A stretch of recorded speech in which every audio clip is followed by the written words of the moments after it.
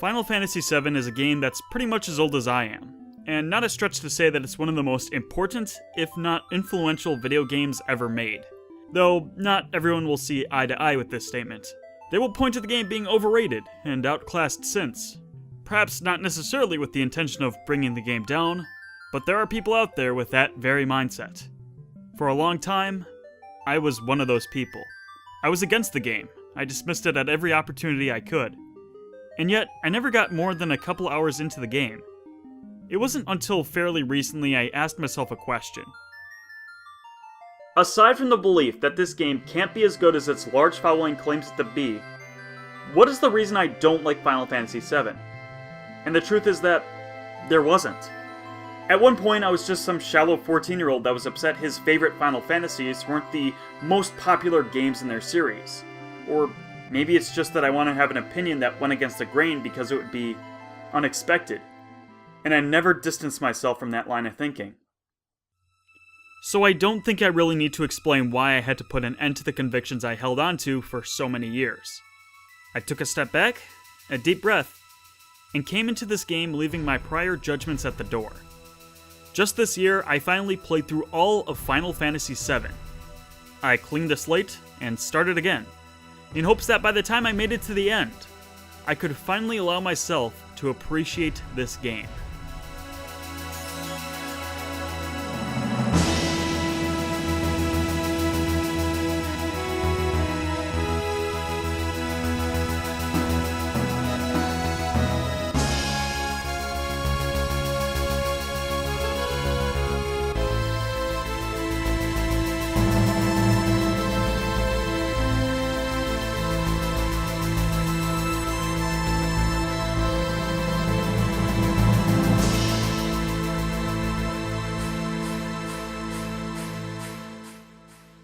Final Fantasy VII has one of the best introductions to any video game I've ever played.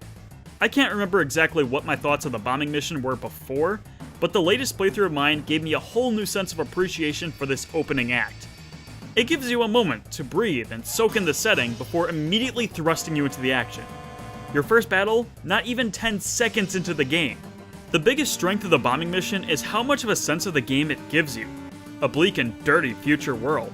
Fighting guards on your way to a reactor, squaring off with a huge boss, maybe getting a taste of your first limit break, and wrapping up with a timed escape sequence before detonation. It will be just as iconic to me as World 1-1, Green Hill Zone, and so on. A beginning segment of the game I could continue playing forever and never get sick of. If you've never played Final Fantasy VII before, at least try out the first half hour of the game. I wouldn't hesitate to say that 7 starts out the strongest of any Final Fantasy.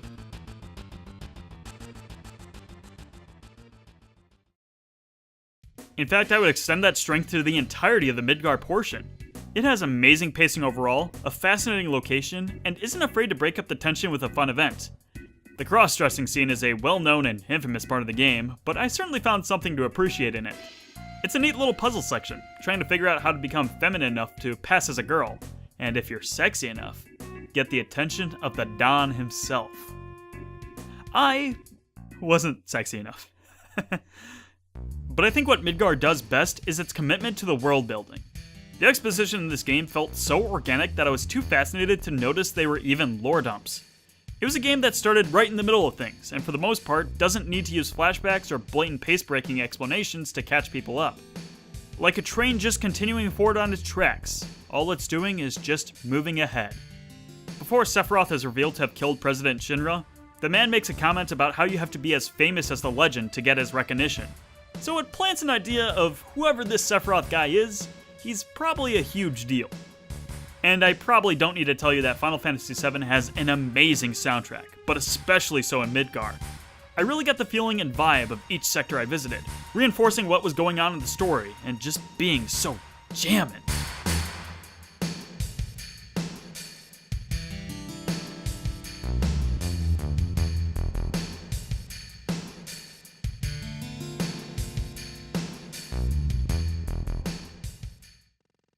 Oddly enough, I actually never made it out of Midgar in any of my previous attempts playing this game. So going into the overworld map, I came into a whole new chapter, which I've never experienced before. That being said, I also made a prediction once I made it to this part. I enjoyed the Midgar section of the game so much that I thought the rest of it wouldn't be as good. As I would progress further into this game, I would end up agreeing with the hypothesis I made.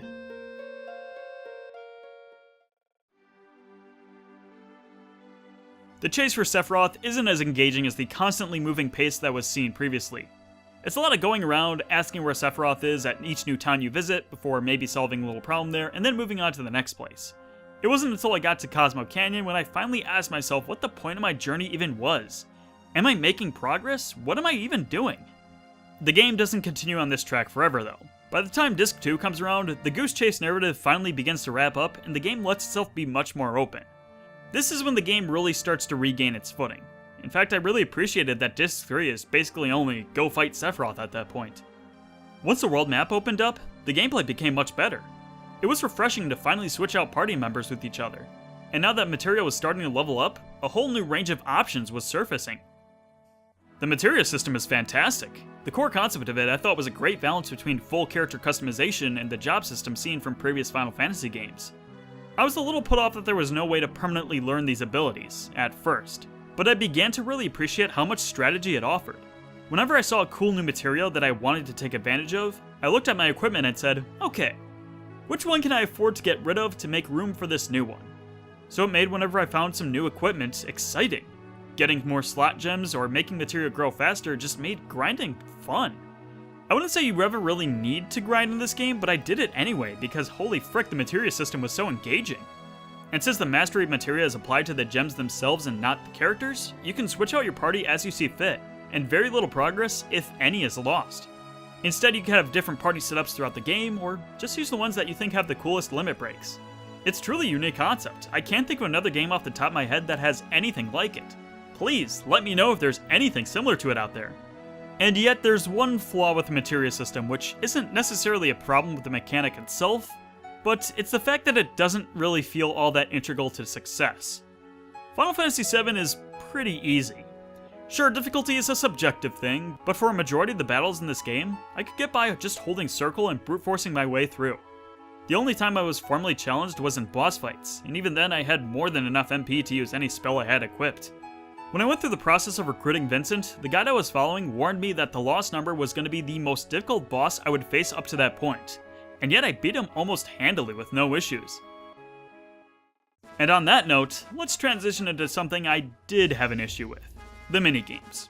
Throughout the course of the game, there are a variety of distractions to take part in, most of them being required.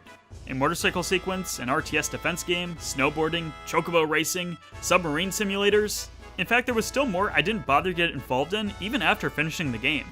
With each new one I came across, I began to wonder, what ideas did the development team of Final Fantasy VII say no to? I really felt the ambition this game reached for whenever I came across a new one. Like the development team saying, hey, check out what we can do with this powerful hardware behind us. It's extremely novel that there's so much variety. But that's also its downfall. The novelty is greater than how much fun I actually had with any of these sections. If it wasn't loose controls that I couldn't adapt to quickly enough, it was the slow nature of their design. Even on the fastest setting, the RTS minigames still move so slowly that it became boring only minutes after starting. It thankfully never comes to a point of frustration, but the annoyance factor with any selected minigame is high enough to leave some concern. In fact, the minigames weren't the only side activities available. This game is littered with optional scenes, side quests, items, and bosses you won't find by crit pathing the entire game. I like it a lot, because I learn something new about this game every time I watch a video online, or engage in discussion over it. But a lot of this stuff was pretty out of the way, and I wouldn't have found half the things I did if not for a guide. Even for the required Key of the Ancients, I remember thinking to myself in the moment how I was ever supposed to find it without guidance, and I realized that was probably the point. Had I been a 10-year-old playing this game for the first time, I no doubt would have gotten stuck at this point and just explored the world. I was the kid who walked around Hyrule Field in Ocarina of Time, even after 100%ing the game, just because I could. Because of that, I don't blame this game for being obtuse. I blame myself more than anything for being an impatient 21-year-old who just wants to get to the end because I have way too many RPGs to play, dang it! Speaking of RPGs, what is one without a good story or unexpected plot twists? Well, if this game has anything to say about it, they can still exist, because I really don't think that Final Fantasy VII had either.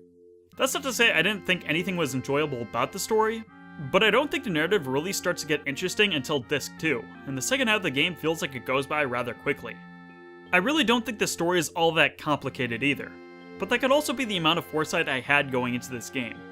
I knew a lot about Final Fantasy VII. Too much about it. Nearly every big twist in this game I knew would happen, and it definitely took the wind out of its sails at multiple times. Especially for one scene in particular.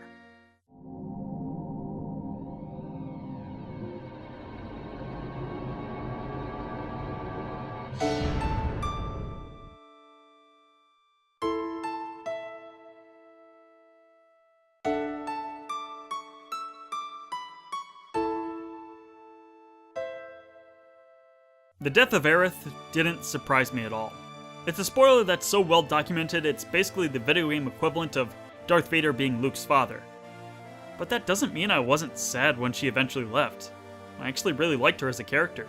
She was kind, but also very energetic and playful, asking Cloud to be her bodyguard and promising one date in exchange. To my surprise, she was also one of the more snarkier members of the crew. She brought a lot of life to the party, and was always a very warm presence. During my time playing this game, I thought, damn, I'm really gonna miss her when she eventually has to go. And hey, having a limit break that healed my party was something that saved me more times than I can really count. Though it's not as if she's ever truly gone. I found it weird the game seems to kind of forget about her for a significant portion of Disc 2, but finding out that she ended up casting Holy just before her death was a hopeful and touching moment. So while Aerith's character didn't affect me like it would have for the people in 1997, I'm at least happy to say that I did leave affected to an extent. Sorry it had to be this way, Aerith. Hopefully you'll find a little bit more peace back in the live stream.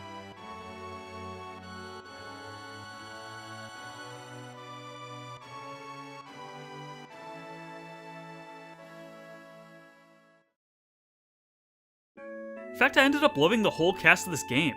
Barrett and Cid's unrelenting potty mouths made them very endearing. Red 13 tries to be wise and strong, but his ignorance kept him from being his ideal. Yuffie's energy and cunning brought very appreciated comic relief. Keiichi... Actually, you know what? I hate Keiichi. Maybe it's the fact that he's a feline robot, maybe it's because he's a Shinra spy, but any excuse I had to keep him out of my party, I took. Frick off! Everyone had some form of character development throughout the game, and their chemistry made them all so memorable. There was nothing that reached out to me that was as emotional as other Final Fantasy casts, but I'd be hard-pressed to find reasons that would take away from my enjoyment of these characters. I've been here since the beginning, and I still don't know what the hell's going on either. Yeah, Barrett, I played JRPGs too. And though Sephiroth is far from my favorite antagonist, I grew a soft spot for many of the minor villains in Hojo, Rufus, Heidegger, and so on. Didn't mean I wanted to kill them any less, but they left a great impression on me that made me excited to take them on eventually. But the character that I connected to and grew the most respect for actually surprised me a lot. It was Cloud. Even as a young lad, while I didn't always like Final Fantasy VII, I always thought Cloud was a cool character. The spiky blonde hair, the giant sword, there was something about his design that I really liked. The defining character trait I would have pinned on Cloud before playing this game is that he was some no-nonsense, straightforward guy that was only focused on getting the job done.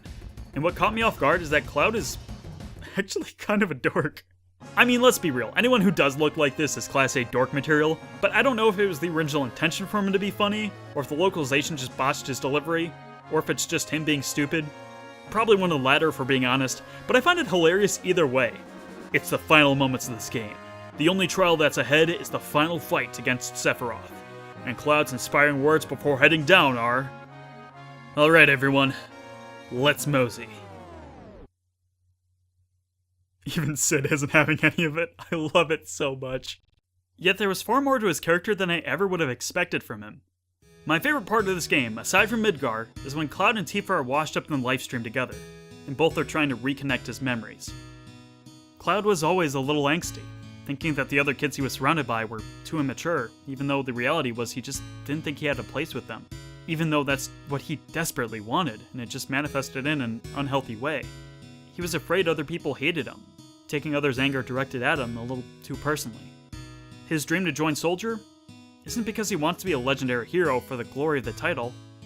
He just wants to prove himself. He wants to feel important. So when he returns to Nibelheim 2 years later and still isn't the person he promised to become, he's ashamed. opting to spend the entirety of his time there behind a mask so no one can recognize him. Because that way, he can avoid being looked down at as a failure, even though no one would hold him against it. Even Tifa, though admitting she didn't really care about Cloud when she was younger, still thought about him almost every day after he left. And as time passed, all she wanted was to see him again. For him to be her hero, even if he wasn't a legendary one. This is a scene that I think I could only get as much out of now, being as old as I am. Had I been 14 and played through this game, I think my impression of Cloud would be he was weaker than I thought. But from someone who has a lot more life experience to draw from, and having his own mistakes to look back on, I really felt something for him. One of my greatest fears is that people will also look down on me as a failure. There are times when I wish I could just hide behind a mask so I don't have to disappoint those close to me. I, too, tried to hide some of my deepest regrets, shrugging off people's advice and telling them that I'm fine. Perhaps Cloud isn't the most well-written protagonist in video games, or even in this series, but he's still one of my favorites out there. I saw a lot of myself in Cloud, more than I could have ever imagined. Well, I certainly had more to say about that than I thought I did. Let's get the energy flowing again, and finish this video strong. Let's talk about the finale. The final dungeon was very underwhelming. Considering that the final disc of the game is literally just go fight Sephiroth, I expected the finale to be much more involved and epic. But instead, it's just over so fast it feels like the development team's massive budget finally started to run out. I can't say I minded, because whenever I get close to the end of a video game, I just want it to end. But just before the point of no return, I thought that I couldn't possibly be done already. But no, you really do reach the bottom of the crater within around 30 minutes. And at that point, it's only a few boss fights away from the credits. First up came Genova, which went down so fast that I forgot to care about what it was, or it was the source of all the world's problems, or whatever. Yeah, goodbye, Genova. And then came Sephiroth. The first phase of the fight was fun, all things considered, but it was a little hard to tell if I was actually making an impact against him. Though the fact that it lets you switch between different team members periodically is a neat idea that I wish the development team did a little bit more with in the final dungeon. But then comes the big one, the one-winged angel. All criticism on how easy I found the game aside, I actually felt pretty appropriately challenged during the final fight. Constant status effects, constant laying of damage, and devastating attacks that were a spectacle. Anyone who's played the final boss remembers the meteor summon that crashes through all the planets. If the intent was to induce panic and worry about how I have to restart my last save, it worked. Well, the first couple of times anyway. By the time the fourth time happened, all the planets getting destroyed, it was, more than annoying than anything else. But either way, I managed to kill Sephiroth without even seeing the game over screen, and that's the end of it.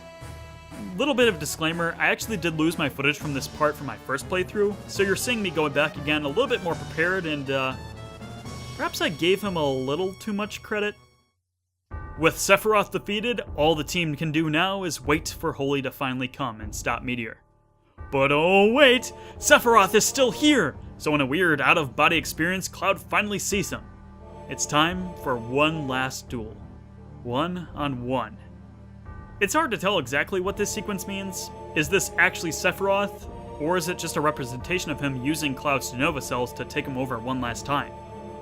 Yet in a brilliant move of storytelling through gameplay, Cloud finally stands up to Sephiroth himself, answering his call with 15 glorious slashes to the face.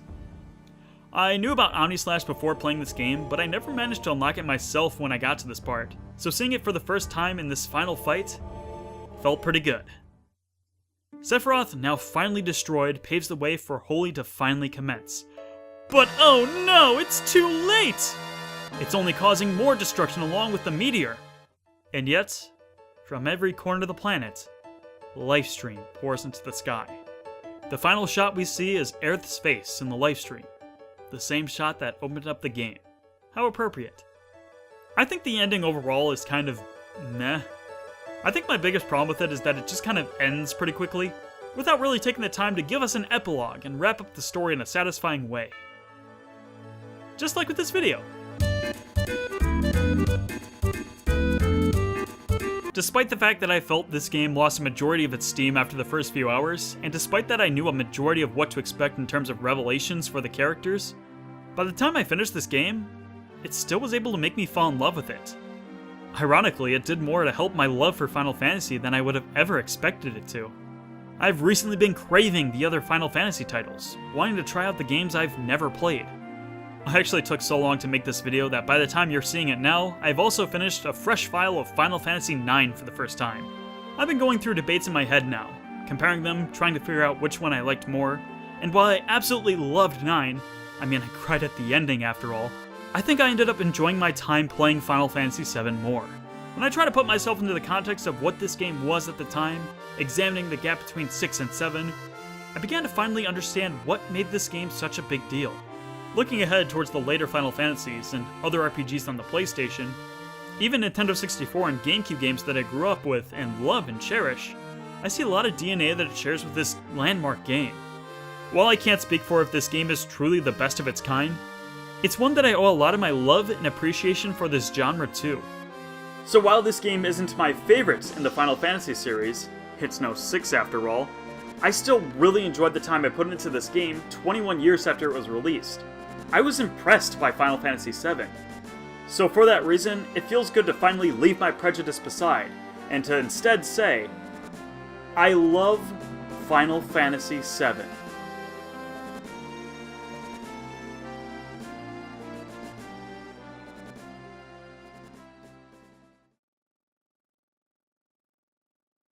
But I still have no idea what the frick this barrier meter is for.